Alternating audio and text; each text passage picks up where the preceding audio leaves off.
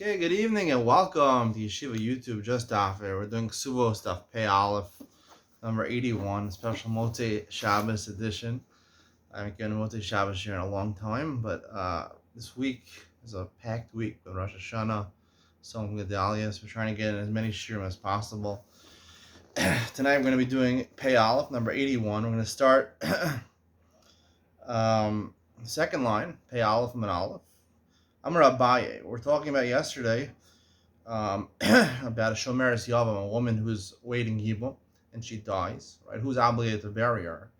Her father, or her heirs from her pre-married family, or the the family of her husband. Right?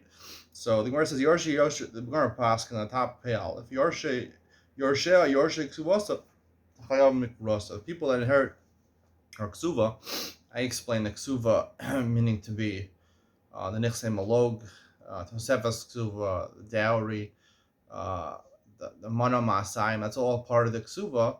Those are generally inherited by the husband, not the father. The father of the girl, the shemeres yavam, inherits her nichsei son barzel.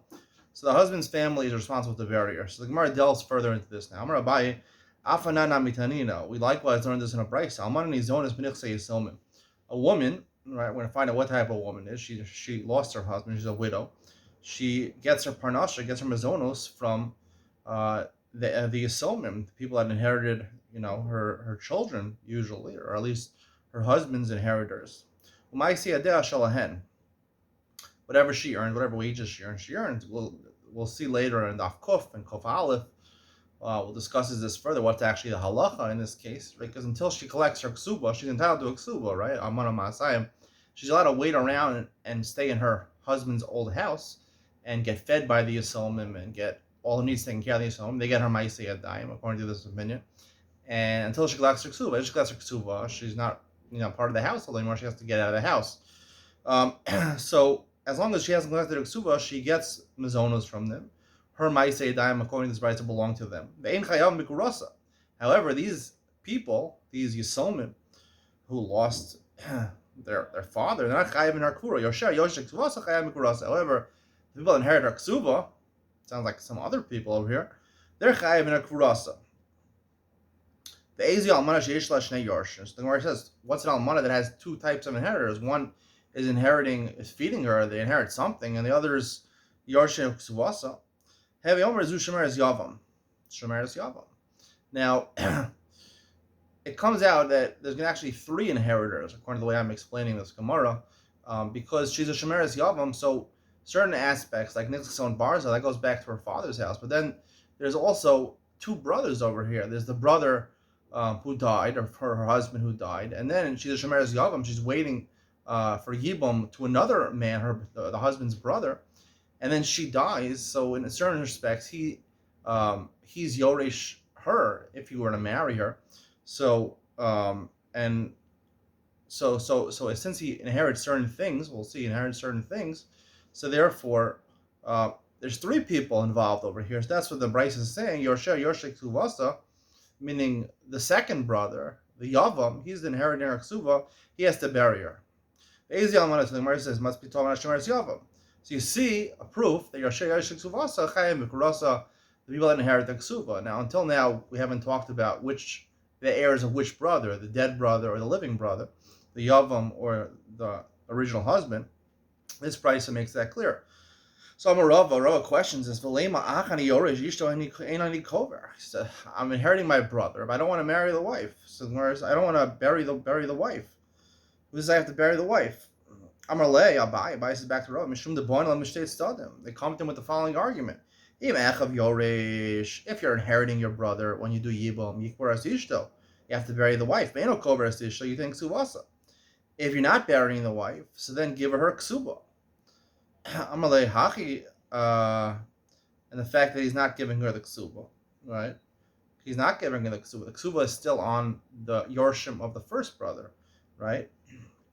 They're the ones who are in the Ksuba, and that's why she gets the mazonos from their house, and they get the Ma'aseh Yadayim. Amalei Hachi Kamina. He said, this is what I'm saying. Achani Yoresh as Ishto in Ani Kover. I'm inheriting my brother, the Yavam, but I'm not going to bury his wife. Even Shum Ksuva, if you'll say the Ksuva, Nista Ksuva Legabos Mechayim, right? She really can't collect the Ksuva because, right? Ksuva is only collected when the husband dies, when the husband is dead, right? I'm still alive, right? I'm still alive. I inherited my brother. I'm still alive. She can't say the Ksuva, right? They were masaking Kurasa Dachas Ksuvas. So we're going to discuss more as we go through the Masechta, right? Obviously, the first brother's heirs inherited part of the Ksuva, and part of the Ksuva is inherited by the Yavam. So the Yavam gets part of it, and he gets part of it. That's why the chiddush of this brisa is that the brother, the Yavam, is the one chayav the barrier. So even though, and presumably that's what we're talking about, where he did Yibam already. If he didn't do Yibam, then there's other brothers he's not obligated to bury. It's only after he did Yibam, that's what we're talking about. He did Yibam over here, and he says, right, she's not entitled to the ksuba because I didn't die yet, right? I inherited my brother's wife along with her ksuba, and I'm in place of my brother, and right, just like if my brother hadn't died and she dies first, she doesn't get a ksuba. So I'm still alive; she doesn't get a ksuba. So the Gemara answers, "Mashamas." Let's see, answer him. Abai answered Rava. Mashamas the Islay midrash ksuba. Who's the one who holds a midrash ksuba? That basically says in the ksuba, "Shetinasi la'achar to tell him mashakasav lechi." When you have the ability to marry somebody else, meaning when I die, then you get the ksuba. Only when I die. But if you're to die first, you don't get the ksuba. Who's the one that says that? Beis Shammai. Now, we actually do darshan the ksuba also. I've discussed why Beis Hill doesn't darshan the ksuba. But it's, at least Beis Shammai for sure holds that you're darshan the ksuba. Shemin lo Beis Shammai, and we hold that Beis Shammai, we've heard Beis Shammai elsewhere, they hold not just about ksuba, but any shtar. If someone owes you money, you wrote in a written document, a loan document, you owe someone money, it's not viewed as I'm being motzi money from you. Once I have a shtar, it's like I already collected that money. So that the big practical difference is in terms of suffix, right? Motzi mechaver al harai. You want to be motzi from somebody else. So if you steal a shtar omen the gabos gaboy dami, ksuba was a type of shtar loan document. So therefore, it's already like she collected it, even before she collected it. If it's a suffix, it's in her rishus already. This now, where do we know that? Mesu Ba'alayin here talks about Masech Sota. If the husband's died, right? A Sota, a woman, we're not sure if, right, the husband warned her not to be with somebody else, and she's secluded with that man, and we're not sure if she was Mazana with him and she committed adultery now. So he brings her to the Beis Hamikdash, and he's mashka her the Meis Sota. He makes her drink this water to see if she's actually a Sota. A Sota, if her husband dies before she actually lo shasu, Beishamai notos ksuva lo shosos. Beishamai says, what do you do in that case? A Sota, she's able to collect her ksuva, and she doesn't drink. The Gemara says you can't drink because you have to have the husband alive. They still says either they drink or they don't get the ksuvas. The Gemara immediately asks, Oshosos, they have the option to drink the water. You can only do the procedure of sota when the husband's alive. Vileka, you don't have that. What Beis Hillel meant to say, because they can't drink, they're not entitled to the ksuva. So the Gemara analyzed why did Beis Shammai say they're allowed to take the ksuva?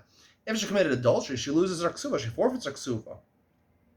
How could she be motzi the mammon from the heirs of the husband that died? So the Gemara answers, it's a written loan document. The ksuva is a loan document written. When you write it in a document, it's like you already collected the money. So the Gemara says, fine. So Beis Shammai says we darshan the midrash ksuva. So, and therefore it's like the woman already collected it, even though right she died, right? But it was already in her chazaka, because once the shtar was written, it's like she already collected the ksuba. Still, the Gemara persists. The actual words of the ksuba, right? When you get married to somebody else, she didn't get married to somebody else. She got married to the Yavam, not to anyone else. The Yavam is considered an Achar, he's just somebody else.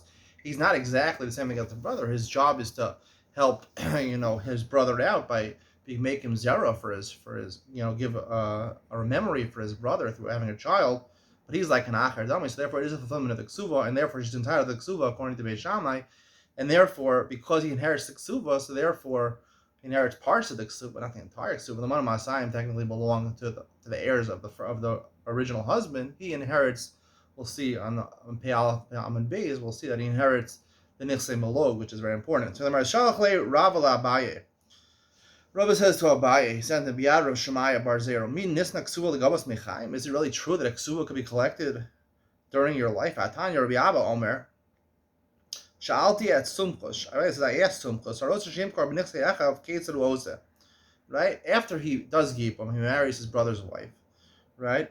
So we learn that the Ksuva is guaranteed to the Avama through her estate of her original husband, right? Now he wants to sell the property. He inherits that property, but like we said in the Mishnah, all of the nechasim that he inherits are all meshubah to the ksuvas. He can't sell it. So in Cohen, who yasa suda v'yafayis, Cohen can't be megarish her because once you're megarish her, you can't remarry. He wants to stay married to her, so he has to make a fancy meal like a chashverosh and get her, and Esther go and convince Achashverosh. He'll go and convince his wife Yafayis and get her, convince her to allow her to sell it. In Yisrael, who megarish begat v'yaser. If he's Yisrael, he divorces her. He pays her ksuva, and then once he pays her the ksuva, right? The ksuva is $200. The property, his real estate property, the portfolio was $3.2 billion, like Donald Trump. So therefore, he divorces her, pays her the $200, and the rest, then he can start selling the properties v'yachzir, and then he remarries her if he likes. He wants to remarry her. Pei Aleph Amud Beis. If you really hold that a ksuva is considered already collected, niyachid lashir ksuva. Why does he have to, in the case of the Kohen and the Yeshua, why does he have to divorce her? Why does he have to go a suda and mafayas her? Set aside money for the ksuva. It's like she already collected the ksuva. Set aside $200 bill, I don't know, or a piece of a share in what's a share worth $200 now? I don't know. The clothes, Nike's not. I'm sorry. $200. Pepsi's close, like $170. Apple was at $200. I don't have on my list, my watch list. I don't have any tickers that are exactly $200. I think Pepsi is the closest one. All right. Give her, set aside the amount, $200 to give her, and then sell it. Why do you have to divorce her? Why do you have to make a suda? According to your reasoning, velosa. Why don't you ask the question from the Mishnah? So the Mishnah, you can't say, both in a regular marriage and also in the case of Yavama, you can't say your ksuva here is on the table and I'm doing whatever I want with the rest of the nechasa. I'll call the chasa achrayim the ksuvasa. Right? Same question in the Mishnah. Why don't you just miyakid her, set aside money, and then sell? For a Mishnah, you could say that it's just good advice that you shouldn't set aside money, because if you set aside money, it might get lost, and you have to set aside new money. So it's better not to set aside money. When the time comes, you pay it. If you don't say it's good, just good advice. The Mishnah continues: a man, a regular man, shouldn't say to his wife, "You shouldn't say, "Here, I'm setting aside $200 to you, and when you get divorced or I die, take the money." His entire property, his entire portfolio is meshubah to his wife.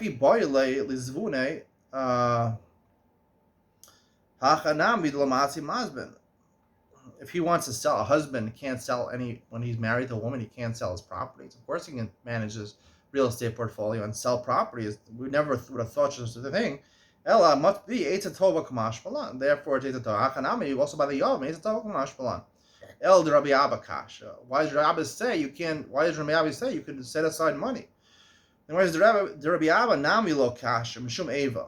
Really, technically, you could set aside money, but it's disdainful in the eyes of the Yavama to set aside money and say, here, this is for your ksuva, I'm going to do what I want with the properties. It's nicer, right? You're marrying your brother's wife, at least treat her with a little respect, and say, you know what? Really, you're entitled to all of the possessions of my brother, right? So therefore, I'm not going to set aside. If I want to sell my own property, I'll sell it. I'll sell property for my brother's estate. I won't sell it.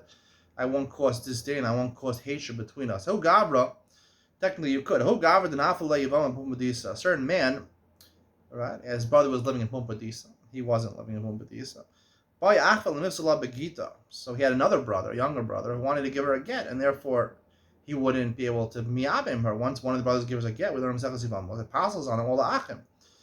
Amar lei ma'idai tayach. Why do you want to do this? Mishum nichsi, right? You're doing this because you don't want me to get sole possession of the nechasim, right? When I do the yibum, I get my entire brother's estate. Ana michse polignalach. He says, don't worry, we'll make it a deal. I'll do yibum, and I'll split it with you. And the other brothers left out in the cold. Amar Yosef, Kevan Amar Rabban in Lisbon. Rabbi Yosef says Allah. Once Rabban said you're not supposed to sell, Afagav the Zavin Lohava Zvine Zvine. Once they said don't sell, even if you do sell, and the Rabban they said they revoked it. It's not a good sell. It's Anya. What's the proof? The Brisa Mishnah Mace. V'niach Shomer Yavam. He died. He left Shomer Yavam. V'niach Nechasim v'mei Amona. The brother had a big real estate portfolio, $100,000. Afal Pi Kesubos ain't Amona. Even though Kesubos is only $100, Yimkor. He shouldn't sell. His whole estate is meshubud, right? Is indebted to a ksuba. Abaye challenges this. We see once they're abundant, if it's midaraisa, you can't sell, so it's not a valid sale. But if it's midaraisa, they say you shouldn't sell. Midaraisa, it's a valid sale. How could they revoke the sale? That's not. We see not like this from a Mishnah. The first Mishnah in our parak, Shamay Orim Timkor, right? If she gets in the chasam before they are erisin, and then she comes in arusa, Shammai says she could still sell. Beis Hillel on low simkar, she shouldn't sell. Elu modim, even Beis Hillel admits she makam nasakayim. If she did sell before the nisuin, it's a valid sale. Even though the Rabbanan, according to Beis Hillel, said not to sell. Shalchul not to sell. Shalchul the way that Rabbi Chanina bar Papi, they sent the following query in front of Rabbi Chanina bar Papi. Shalchak to Rav Yosef. He paskin like Rav Yosef. Yosef says it's an invalid sale. I'm Abaye when he heard about it. Adu Rabbi Chanina bar Papi keep a talala. He didn't give any reasoning. He hung some rings on this. I mean, just a pasuk like Rabbi Yosef, give a proof why the halacha should be like Rabbi Yosef, even though the Mishnah says not like him. So the Gemara says, Shalchul made the Minyumi braid the Rav Nechumi, so they wanted to get a psak halacha. They sent to a different rabbi, Rav Minyumi bar braid the Rav Nechumi. Shalchul get Abaye, pasuk like Abaye, technically it is a valid sale. V'yamar Bakar Rav Yosef, Taima Achrina Shalchul. He said if Rav Yosef was able to prove what he was saying for somewhere else, right? The proof seems to be like Abaye from the Mishnah. If the Rabbanan invalidated the sale, it said you shouldn't sell, it doesn't invalidate it, but the if Rav Yosef could prove it, send that proof to me. Nafak Rav Yosef Dak Vashka. Rav Yosef, because of the events that transpired, he wanted to find proof to what he was saying. He went and found the Brisa. The Sanya, Brisa said, Echav, right? Someone was crediting his wife on Umes, meaning his brother who was married to the woman, to the wife, and to the Avama, who's going to be a Avama, right?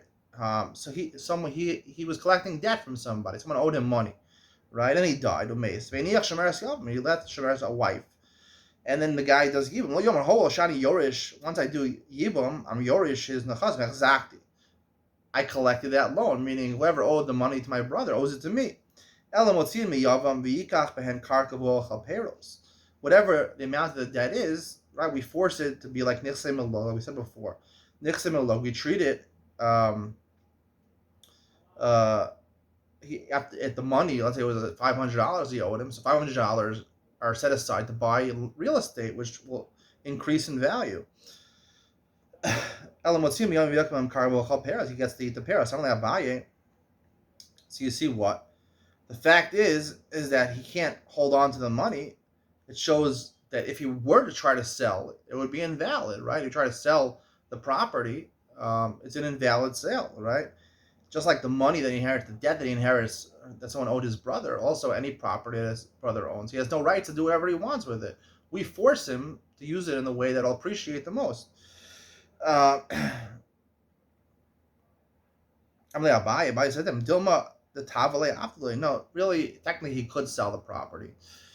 But we just gave him good advice, right? We said it's better to buy real estate because it'll appreciate in value than just holding on to the money, which will go down with inflation. I'm like Tani Motzian, the Tana wrote the word Motzian. We forcibly take the money. But I don't mark the Tavale Abdul. It doesn't sound like they just gave him good advice. Hadar Shalchok made Rav Menumi, Breder and Nechumi. They sent this brisa to Rav Nechumi or Nechumi, which seemed to imply you don't have the rights to sell. Amar Luhakem Rav Yosef Bar Menumi Amar Rav Nachman Zuin Mishnah. He says this brisa is a false brisa. It really, there's no such brisa. Like it's a made up brisa. My time. What's the reason that he said this brisa is false? It can't be true. Right, a debt that someone owes money to his brother, is metaltalin, is considered movable object. Metaltalin like Kesubos Meshabdi, right? You can't say he has no rights to that because that's not part of the Kesuba. He inherits the reason he can't sell property is all of his meshuba to the ksuva. So that's only if metaltalim, the chov is meshuba to the ksuva. We don't say metaltalim meshuba to ksuva. Only karkos meshuba to ksuva. So when it says Dilra Meir, the Amar metaltalim meshuba to ksuva. There's an opinion. There's a Tana. Meir holds metaltalim are meshuba to ksuva. El mishum the Amar la atlav bal devarim didian. Maybe the reason he's able to hold on to the loan and say, right, I don't have to set it aside for, to make sure I pay your ksuva. You can say to the Yavama, right? He marries. You're not my litigant, the person who's fighting me in court. Dilma, right? It's my brother's inheritance. It's not your money. His bank account transfers on my bank account. So when it says Dilma, top of Pei Beis Manala for Rav Nassan he used. Maybe we hold like Rav Nassan, this price of the Sanya. Right? If I'm crediting, I have a credit to get money from you. I'm trying to collect money from you, and Shimon, right? This person I'm trying to collect from, he is trying to collect money from Levi. When we take the money out from Levi, we don't pay it to Shimon, we pay it to Reuven because Shimon owed money to Reuven. We learn from a pasuk. You should give to the one who is guilty to. So maybe over here also, right? Who really owns this money? The woman, she's entitled to his whole estate in order that she can pay her ksuva off. So she's the Ruvain over here. So he's only the Shimon. So when he's inheriting his brother's property, really, Rav Nasa would hold that she is Baal Devar Diniyah because she is entitled to collect the ksuva from it. So maybe it is a valid brisa. It could be like Rav Meir or Rav Nasa. So the Gemara says, "Elo lo eshkan ta the machmer trei chomri b'ksuva." El Ikar and Meir, Ikar Rav Nasa. We never found a Tana Brisa. Rav Nasa and Rav Meir are considered chomras, right? They're considered individual opinions. They're about to argue on both of these shitas generally. To find a Brisa which holds two chomras, we don't find such a thing. Amra Rava Imkein Hainu Shamana Leila Abai Amr Zuin a Mishnah Vayadana Mahi. Well, upon hearing this story, Rava said, I heard once Abai said there's a Mishnah, a Brisa that was quoted. People think is a valid brisa, and he says, and Abai said it wasn't a valid brisa. He says, now that I heard this explanation, this is the brisa that Abai was talking about. It's not a valid brisa for the reason given, because we don't find a Tana that has two chumras, both like Rav Nassan and both like Rav Meir. A little complicated daf today. Stay tuned for Eno Ben Sion. I'm going to explain this daf a little more. Basically, what's going on when he's miyabim the shomeres yavam. It's sort of like a three-way split in her ksuva and inheritance. I'll explain that more in Eno Ben Sion coming up next.